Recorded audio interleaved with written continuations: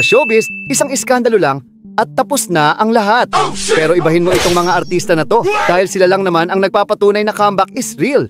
Ito ang top 3 artistang nakabangon matapos madapa. Abangan mo hanggang dulo kasi yung top 1, ibang level ang comeback story. Sa top 5, si Andrea Brillantes. Nasangkot sa cheating issue ni Katniel.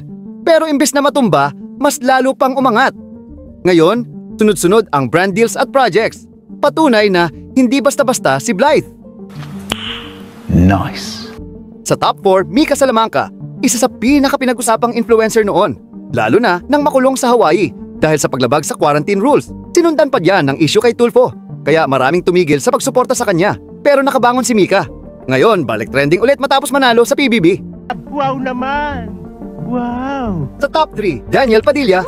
Matapos ang breakup ng Katniel, marami ang nagsabi na tapos na raw si DJ. Kasi naman, si Catherine tuloy-tuloy ang projects. Milyon ang kinikita sa bawat movie. Habang si Daniel, parang chill lang. Pero lahat yan nagbago nang lumabas siya sa Incognito. Yung role na yon, sobrang tinangkilik ng fans at nagpabalik ng apoy sa kanyang karera. Sana all. Pangalawa, si Maris Racal na minsang nasangkot sa cheating issue kasama si Anthony Jennings. Marami ang nanghusga, pero imbis na bumagsak, mas lalo siyang umangat. Panalo sa acting awards, patok ang music, at proud pang sumasama sa mga rally laban flood control. Mula sa kontrobersya, naging simbolo siya ng comeback na may paninindigan. At ang top 1, lalayo pa ba tayo?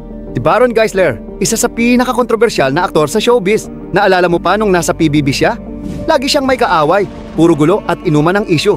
At syempre, yung away nila ni Kiko Matos na umabot pa sa MMA ring, nag-viral talaga yun. Aray ko!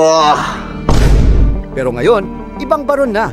Nakabangon mula sa bisyo, may pamilya na, at bumalik sa acting na mas mature at mas totoo. Patunay na kahit gaano ka pa kadapa noon, may second chance pa rin, samahan mo lang ng paniniwala sa Diyos. Na-inspire ka ba sa top 3 natin today? Sinong pinaka-tumatak sa'yo? Comment mo nga sa baba at kung gusto mo ng mga ganitong kwento, dito lang yan sa Modern Pinoy kaya mag-follow ka na. I-subscribe mo na rin kami sa YT.